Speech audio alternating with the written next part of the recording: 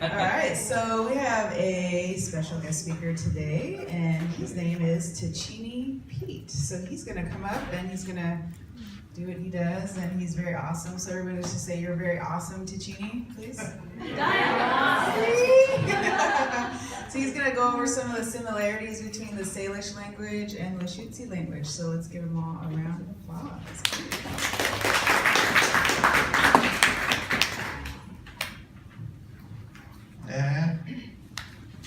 In Salish we say and you say e or a, so it's very similar. Means hello, and it also means yes. And so respect, good morning to all of you, and I'm going to talk about some of the similarities between Salish and Lushootseed, which I found very, very interesting. And so I used to describe Coast Salish to my Salish as being as different as English is to German. And now that I've actually gone into Lushootseed, I think it's even closer than that. And it's really, really fascinating to see all the similarities to Salish. And like I said before, I've been studying Salish for about 22 years. I wrote the Salish dictionary, which is over there on the table. If anybody wants to look at it, you're welcome to check it out. I'll bring it with me every day. And I am one of the founders of the Salish Language Institute on the Flathead Reservation, and we operated an immersion school for. I was the director for 10 years, and we had about 120 students that have gone through there so far, and these are preschool through 8th grade students. So we were very fortunate to have many speakers, first language speakers left, and a pretty active second language learning community that has been very involved, and we've had support of the tribe, of many different other organizations that have supported our language efforts. But we're also probably a very divided community too, as well. Every school system on a reservation has their own independent language program that doesn't work well with the other ones. Very territorial, probably not very uncommon in most of native country. So we're a very large reservation. We're made up of three different and distinct tribes: the Salish, the Pondere, and the Kootenai. And the Kootenai have a different culture and language altogether, not related to Salish or Pondere. So because of that, our efforts have been very, very fractionated, and so we have the school systems, the public school systems. They all have their own language programs. The tribal college has their own language program. The Head Start, they all have their own language programs. There are independent efforts done by individuals or organizations. There's the Culture Committee, there is the Tribal Preservation, and all of these efforts, they're going on pretty much independently, and there's kind of maybe a surface level cooperation, but still it's very territorial. Just want to give you that kind of that background of where I come from and how we've been trying to unite efforts and bring people together in a way that strengthens all of our efforts, because we're all working for the same thing, and I believe all of us in here all want our languages to survive and thrive for the future generations, for everybody. And I just want to share a little bit about what I've learned of Lushootseed and how it is very closely related to Salish. And again, I'm Salish of the Salish. I know that's very confusing. Even when I talk about it, sometimes I get a little confused. I don't know who I am. So I want to go through all the question words that we have in both languages. Let's see if I can do this somewhere. Get it. So in Lushootseed, one of the questions is stab. Stab. In Salish, it is stem. I guess there is the sounds change, M changes to B or B changes to M, I don't know which way it goes, or maybe it's back and forth. That's one. Guat. Guat. What's guat? Who? In Salish, it's suet. And this part, I think the W and the GW are what change in there. And then we add a S, a normalizer on it. Queed. Queed. What's queed? How many? How many? In Salish we say quench. Quench. Quench. And I think there's also a rule that a D goes to an N or an N goes to a D, one way or the other. Chad. What's chad? Where? We say, you can guess? Chan. Chen. Chen. The D, again, goes to an N, or the other way. I'm still getting used to writing schwas.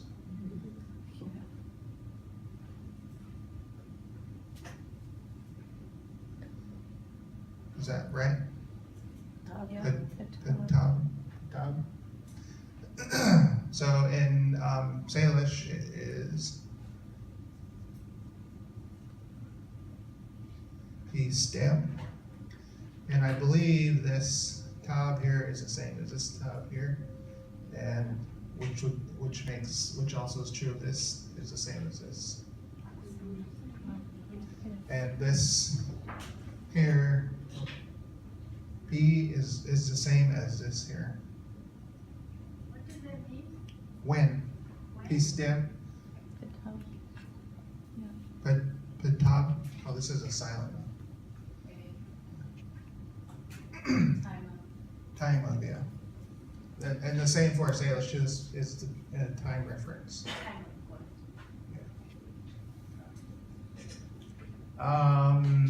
Let's see. There is feed. How, which is related to Salish. We say in a different way though. We combine. Essentially comes from the same place.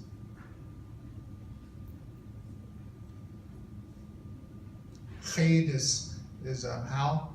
This is how we say how. We have to combine ched with this here. To ched at tched means how. And this here is an old like us. It's only used in 3 words in Salish, so it comes from an older time, I guess.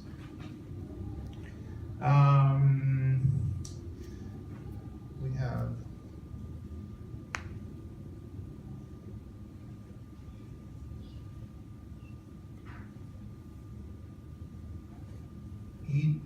Idiquat. What does that mean? How is it said, or what said, or it's a question of. We don't have this in English, so it's kind of hard to translate. It's asking a question of something said, is what it is. And we have a similar thing in Salish too. It's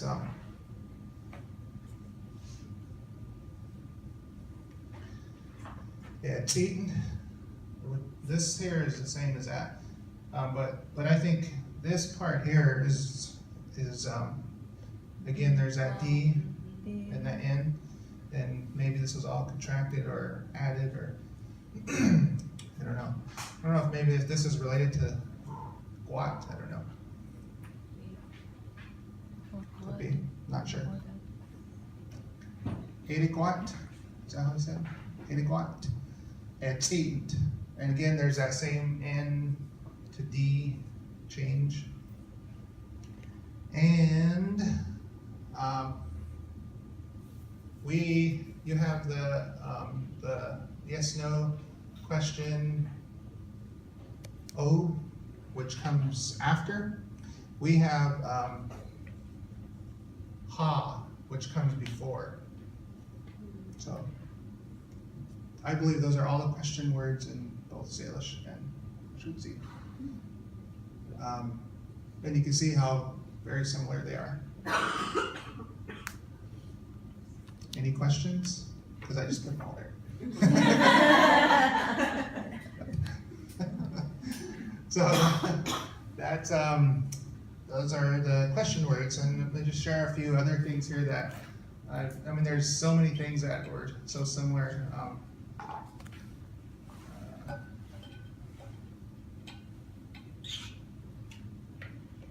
What is it?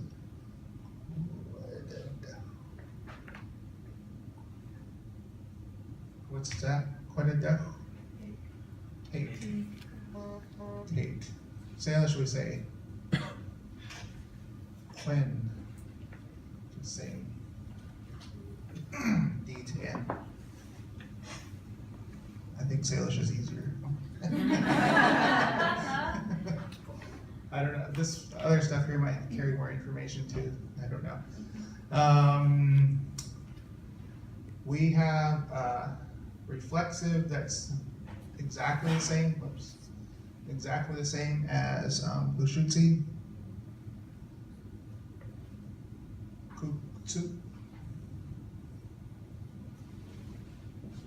Kuktali. This tsut right here, we have the exact same thing. This is, what is this? Kitchen. We say sin, quid, sin, toot. Same toot. Exactly the same. And this word, ali is place of. Place of. We place ours in the front. Sin is the place of. Quid is to make. This is fire, and this is just a connector, and this is like a tool or a device or something. Sin quid sensutin. Another one.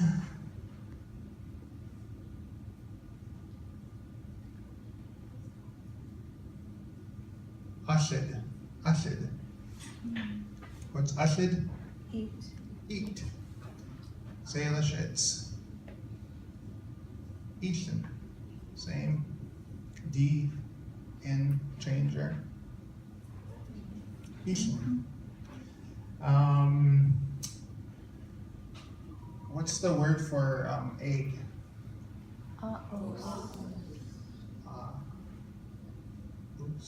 Aos, right? We say set. Set. That ending us, in Salish, it refers to vase, a round object like an egg. It refers to fire, fire, and berries. Oos. And I think, I'm not positive, but I think oos has to do with an origin of something, an original place or first place, and that's why it relates to all of these things here. It relates to face because when you're born, that's the first thing that you see. the person, of the baby. Fire, it originates out of the wood or the gas of the wood. And berries, they just come out and they're there. They come from the flower. So, just a theory. I don't know. Anybody have any questions? How do you say seed? Seed? Skaken.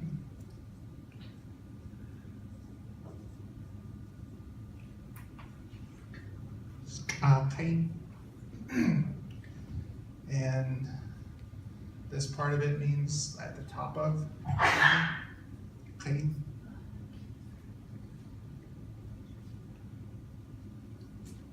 Any other questions?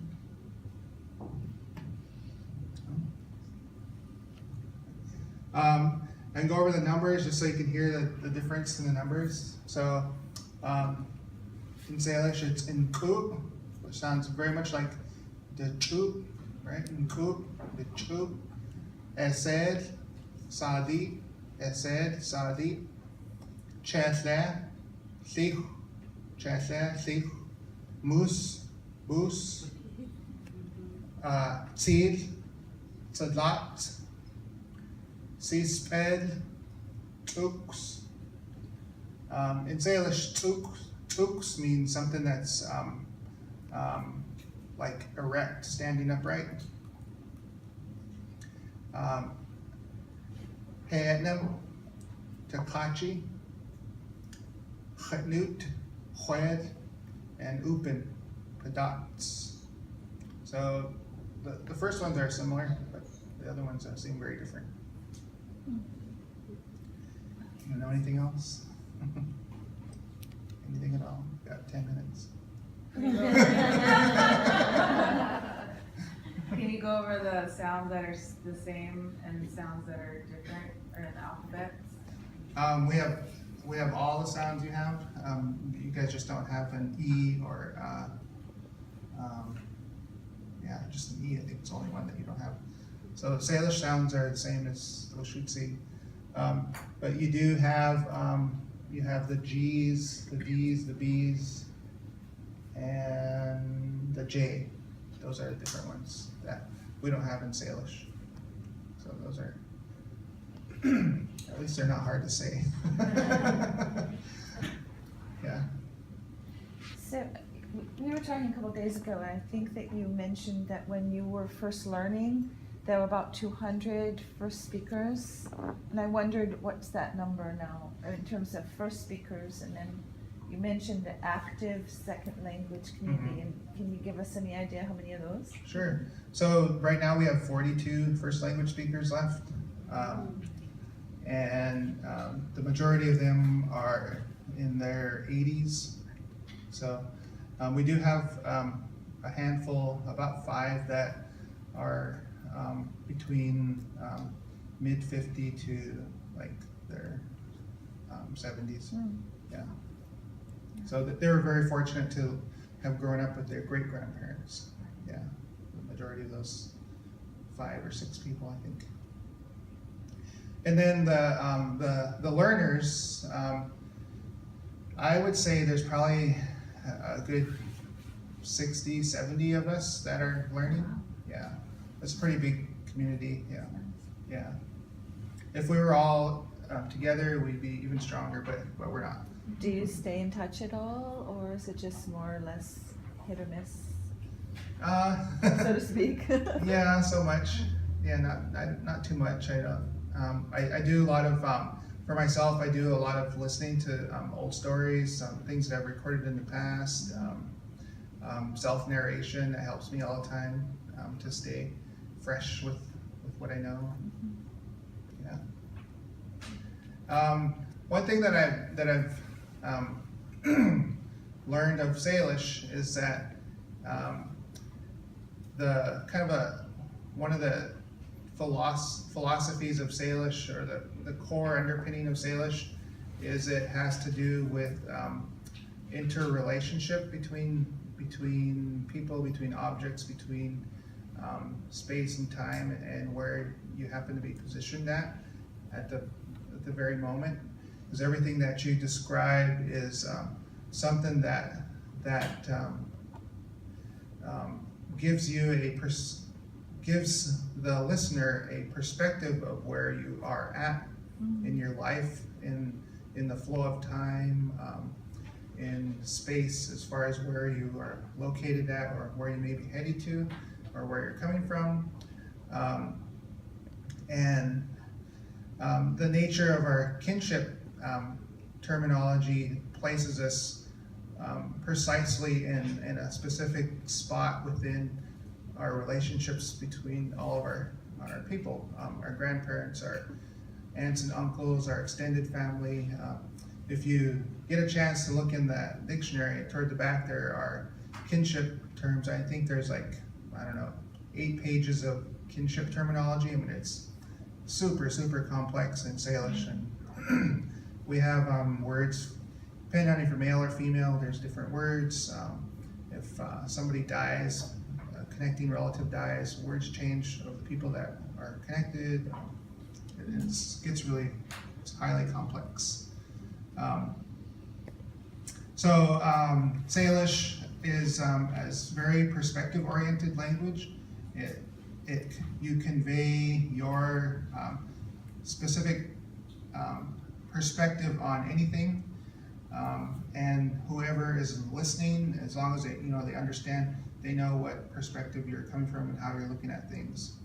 I use a pen as an example, or a marker or anything. Borrow your pen. So in Salish, this is a pen, or in English, this is a pen, right? And that's all it can be, is a pen, right? If we use it for something else, we're using a pen for something else, still a pen. In Salish, this is something that I can make marks with, something I can write with. This could be a toothpick, it could be a weapon, it could be something I stir up the fire with. I could use it to pry something. And every time I use it for something else, or whatever I use it for, I'm changing the word for what this particular object is. It's not so much the object that receives the name, but the action that you're doing is what receives the name. And that's why it's really problematic for us to label things, because in Salish we don't take on the object doesn't take on the name. It's the action of the use of it is what takes on the name. And so when we're coming from English and we're learning Lushootseed or Salish, we have that English mind, and everything has a specific name in English. This is a chair, it's all ever can be is a chair. It's a table, it's a window, doors, etc. But in Salish, if I was to use this object for something else, I would call it by that name. And if I was to sit on this right here, this becomes my chair. If I was to sit on a blanket right there, that becomes the place where I sit. The same thing, the same word I use for a chair. If there's a rock or a log or a basket or a box, all those things can be a chair too in Salish, and can be said the same way. So it's a matter of how you use things is what takes on the name. It's not the object that receives the name, it's the action of using that object. And that's something that took me a long time to figure out, because I was always translating from English to Salish and trying to figure that thing out. So Salish is perspective oriented. We don't label things for the object, we label it for its use. Those are 2 things that might help you in your own learning. So that's all. Anything else? Anything else you want to know? I just want to encourage all of you to keep on your path of learning. It's a road full of a lot of things that you'll discover. When those things go off in your mind, you get excited and you're like, oh wow, I learned that. It's amazing. This happened to me several times over the last 20 years with Salish, and I never stopped learning. I don't think I'll ever know it all, even though I wish I could. So I just encourage you all to do it, to try your hardest, stick with it, and you'll get to that point where you want to be, and reviving your language, not just for yourselves, not just for your kids, but all those people that are still on their way here, that aren't even born yet, that don't even exist in our minds yet.